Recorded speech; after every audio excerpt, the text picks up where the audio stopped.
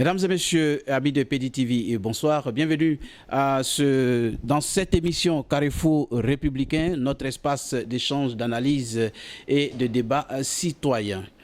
Aujourd'hui, nous recevons une voix majeure de la défense des droits des consommateurs en Côte d'Ivoire. Il est engagé sur les questions des coûts de la vie, de la qualité des services proposés et de la protection des droits des citoyens ivoiriens. Notre invité d'aujourd'hui est M. Soumaoro Ben Enfali, président de la Fédération ivoirienne des consommateurs de Côte d'Ivoire, appelons le Réveil. Monsieur Soumaoro, bienvenue. Bonsoir. Merci, bonsoir.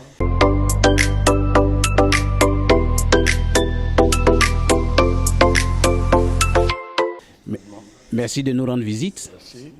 La petite présentation que j'ai faite, vous êtes président de la Fédération ivoirienne des consommateurs Le Réveil en Côte d'Ivoire. Qu'est-ce qu'on peut entendre par cette sonorité? Merci beaucoup. Avant d'arriver à la Fédération, permettez-moi de vous faire l'historique de moins d'une minute de notre parcours. Nous avons commencé en 1999 en tant qu'association de consommateurs d'Agamé. Ça, c'était le 10 mars 1999. Et faisant maintenant des actions sur le terrain, notamment les abattoirs clandestins, les produits prohibés et autres, et les autres consommateurs de Côte d'Ivoire nous ont saisis pour dire qu'ils souhaiteraient que nos actions puissent se mener sur l'ensemble du territoire au lieu d'Agamé. Au lieu que ce soit la commune d'Agamé simplement. Qu'ils apprécient.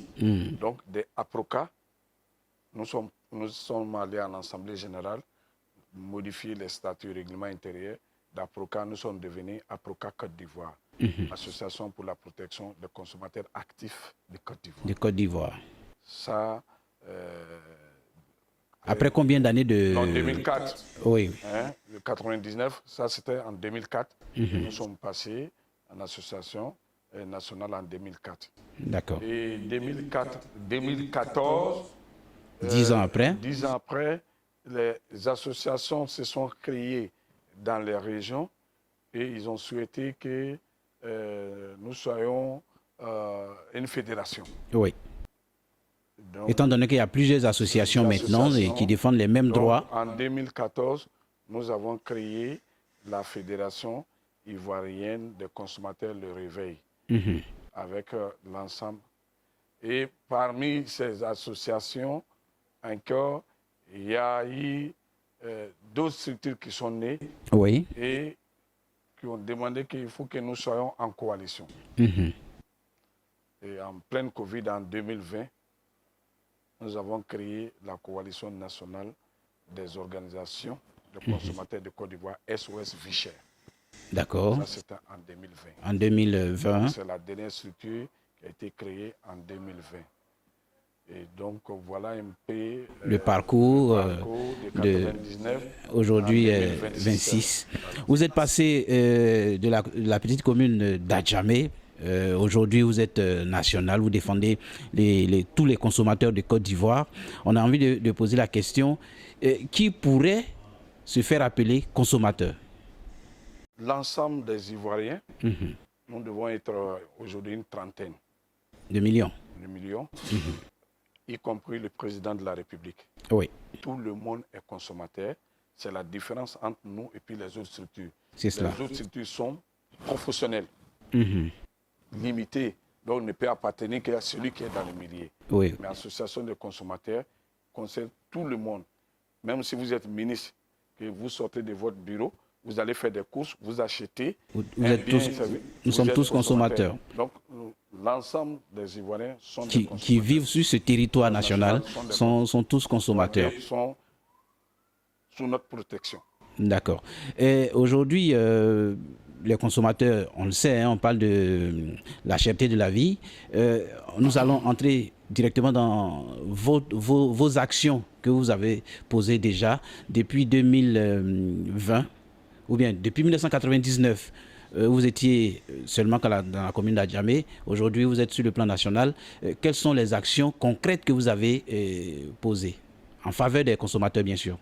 Bon, les actions concrètes que nous avons créées, c'est d'abord convaincre l'autorité publique que nous ne sommes pas des adversaires du pouvoir en place et que nous jouons un rôle de catalyseur et que notre rôle, c'est de remonter les préoccupations des consommateurs, aux décideurs publics et privés, et faire redescendre aussi les décisions des décideurs publics et privés.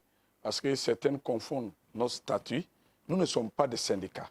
Oui, voilà, j'allais en venir. Nous ne sommes pas des syndicats. Les syndicats ont cette manière forte de s'exprimer, mais nous avons le statut d'association. Oui.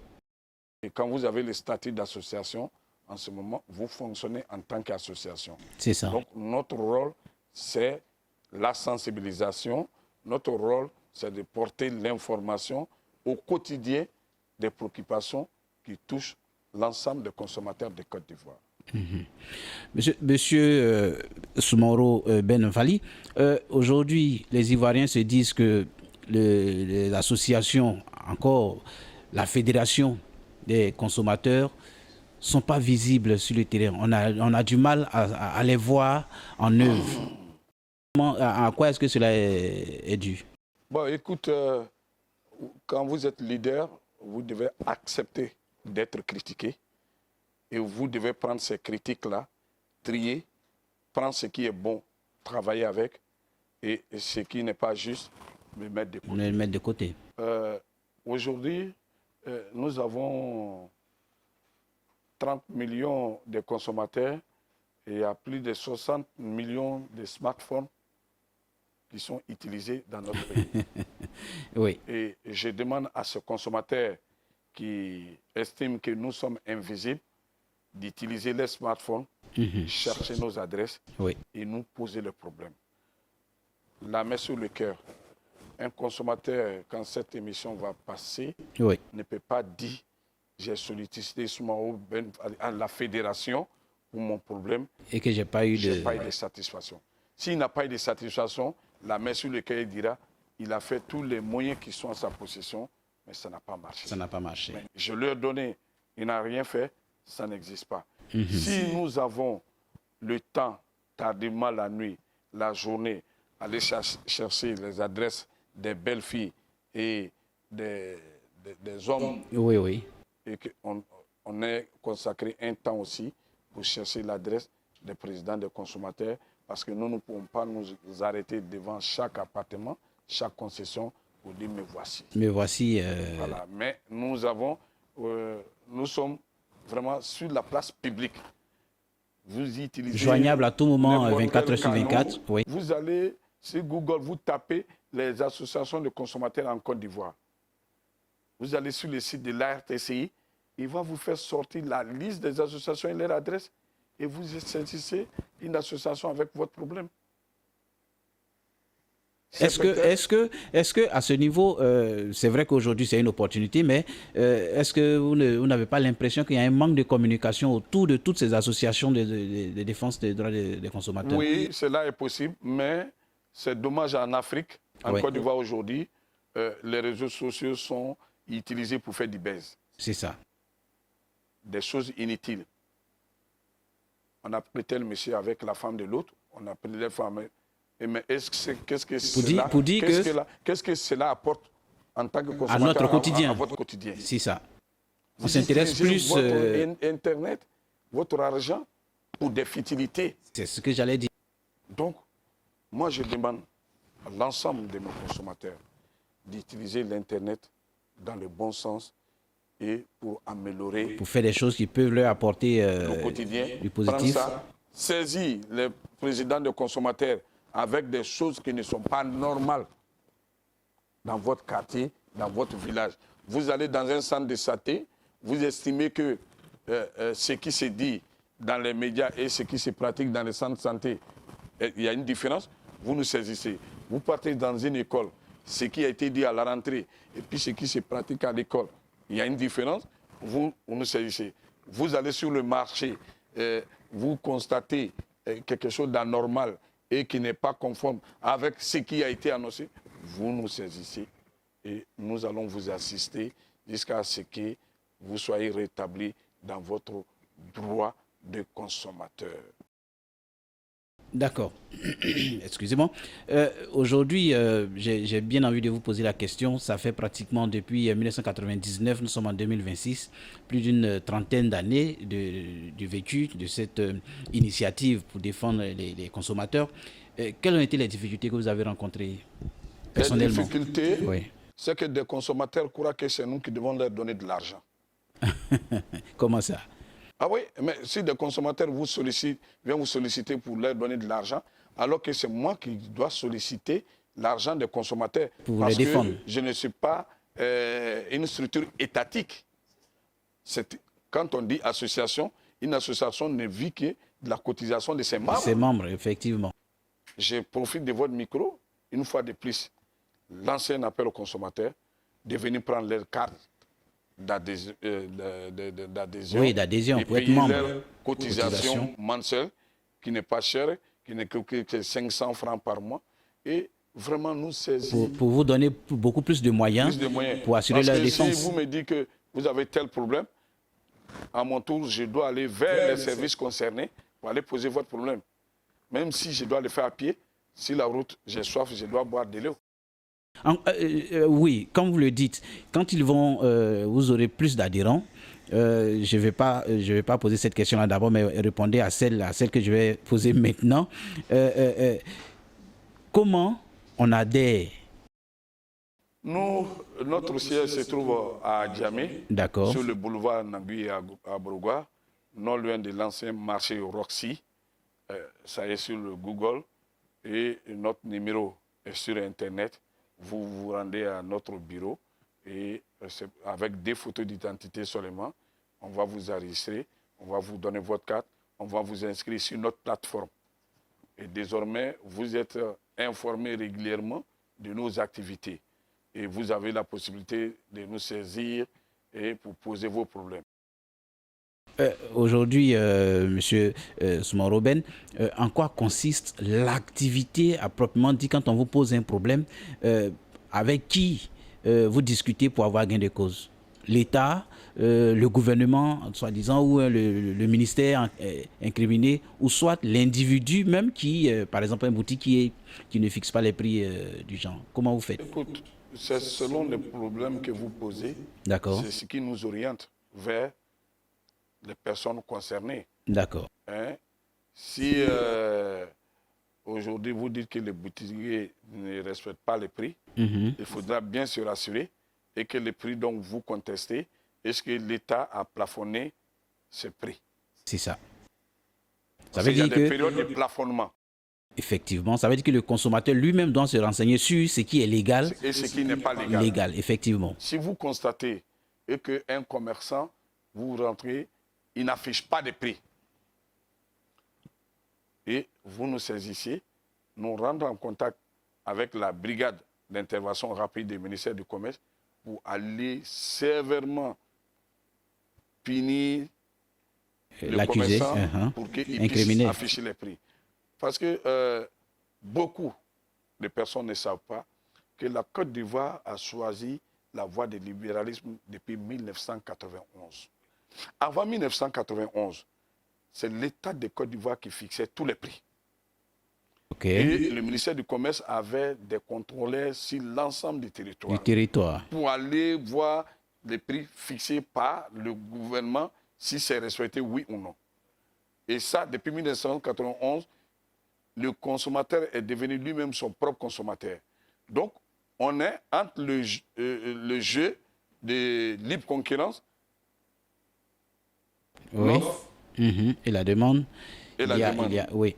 Et s'il y a un produit que la demande est plus forte que l'offre, ça il va de soi que le prix peut augmenter. Mais le gouvernement fait de telle sorte que même si le prix doit augmenter, que ça ne soit pas exagéré. J'essaie de réguler le système. Et plus que la demande, cela il va de soi que le prix va chuter. Je vous donne un exemple terre à terre. Quand on est dans la période de piment, je vous assure que vous ne pouvez pas mettre 200 francs dans le piment, les mettre dans votre sauce. Sinon, personne ne pourra manger à la maison. C'est cela. Parce que c'est la période. Il y en a abondamment. Mais lorsque la saison va passer et que ce n'est plus la saison de piment, vous êtes obligé de débourser peut-être 500 francs pour acheter le piment pour aller mettre dans votre sauce. Ça, ce n'est pas le fait ni du gouvernement, ni du président de consommateur. Pas du tout. Ça, c'est la nature. Le marché se réduit aussi, seul. c'est comme ça. À un moment donné, un régime de bananes, même si vous voyagez sur la route, on peut vous dire 10 000 francs. Mais jusqu'à un moment donné, vous pouvez payer le régime de bananes à 2 000 francs. Mais si vous êtes assis à Abidjan et que tous les jours, vous voulez manger de la banane forcément, la période de 2000, la période de 2000, pas pareil. Cela, il va de soi que ça fait augmenter le budget de la maison. C'est ça. Puisque si c'est 2 000 francs qui devaient suivre la famille, oui. Il faut maintenant 10 000 francs parce que ce n'est plus la période des bananes. Les citrons, tout est... Pour dire que tous nos produits de première consommation sont des produits saisonniers. C'est des produits saisonniers. C'est ça. Et le pays là, vraiment, ce n'est pas la peine. On ne peut même plus l'acheter. Bon, c'est pour amuser la galerie. Alors que ce n'est pas la saison. Nous, en tant qu'association de consommateurs, il faut qu'on soit franc avec le consommateur. Et que quand vous constatez qu'un produit est cher et que vous devez vous poser la question, comme c'est des produits saisonniers, est-ce que c'est la période des piments? Est-ce que c'est la période des citrons? Est-ce que c'est la période des bananes? Ainsi de suite. Et une fois que vous arrivez à calculer cela, vous allez adapter votre nourriture en fonction des différentes saisons. Moi, si quand la banane, le régime devient 10 000 francs, chez moi, je ne mange plus de la banane. On change d'alimentation. Je me déporte sur autre chose. Voilà comment un bon consommateur doit fonctionner. Et ça, c'est ce qui est produit chez nous. Vous voyez, même quand les femmes vont fêter en décembre, janvier, mais cette période, il n'y a plus d'attiqués sur le marché. Non, parce que les femmes sont parties fêter, il n'y a pas eu de production. Effectivement. Et bien, si c'est cette période, tu prends pour brandir, voilà, une boule d'attiqué, j'ai payé 1 000 francs. Mais il faut connaître les circonstances, pourquoi c'est devenu 1 000 francs. Il faut tenir compte de tout l'environnement qui entoure toute la production. À un moment donné, ça sortait et même ça continue. Mais à un moment donné, le gouvernement freine l'exportation. Parce que nos braves préfèrent faire sortir en disant qu'ils gagnent plus d'argent dans ça que de nous donner aux consommations locales. C'est ça. Voilà. Nous allons revenir dans quelques secondes et puis poursuivre. Merci.